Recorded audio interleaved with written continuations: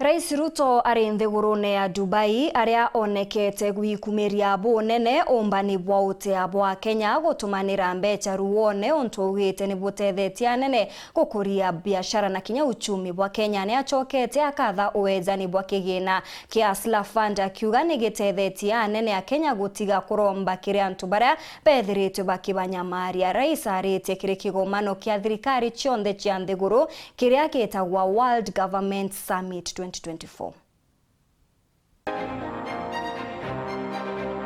Kiri rwaria rwawe kigomanone kia World Government Summit 2024 ntere cia Dubai, Rais RUTO nonanitie buria Akenya bagunikite no tumaniri bwa mbeca gutumira thimu. Our proudest moment as Kenya, which has come to define our country in the digital technology space, is mobile money, and Mokhtar Diop has referred to it shortly, which first emerged in our country as MBECA.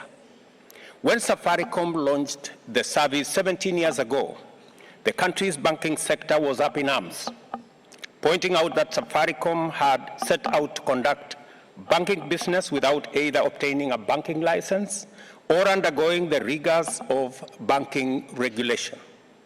For its part, the public eagerly embraced the liberating efficiency of mobile phone-based cash transfer.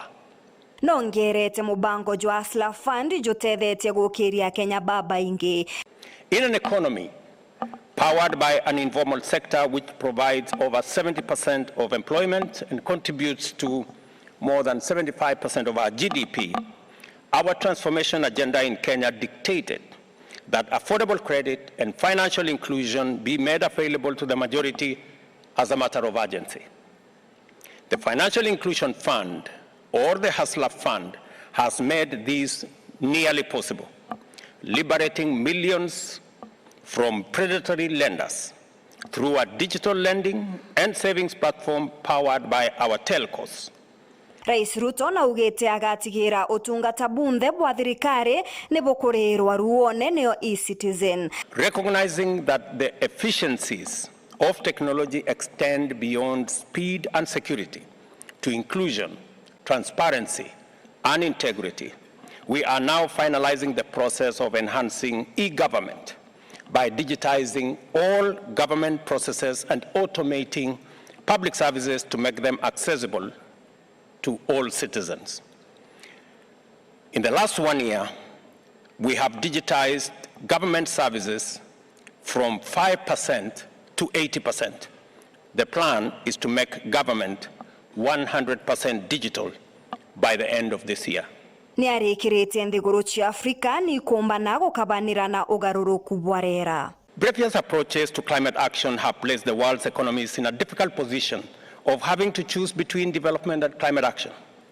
At the first African Climate Summit held in Nairobi in September last year, Africa defined its place in this discourse. With its abundant endowment of natural resources for green industrialization, including resources for green critical transition minerals, carbon sinks, and arable land, as well as the highest green energy potential from solar, wind to hydro and geothermal, Africa is the de facto epicenter of a green industrial revolution.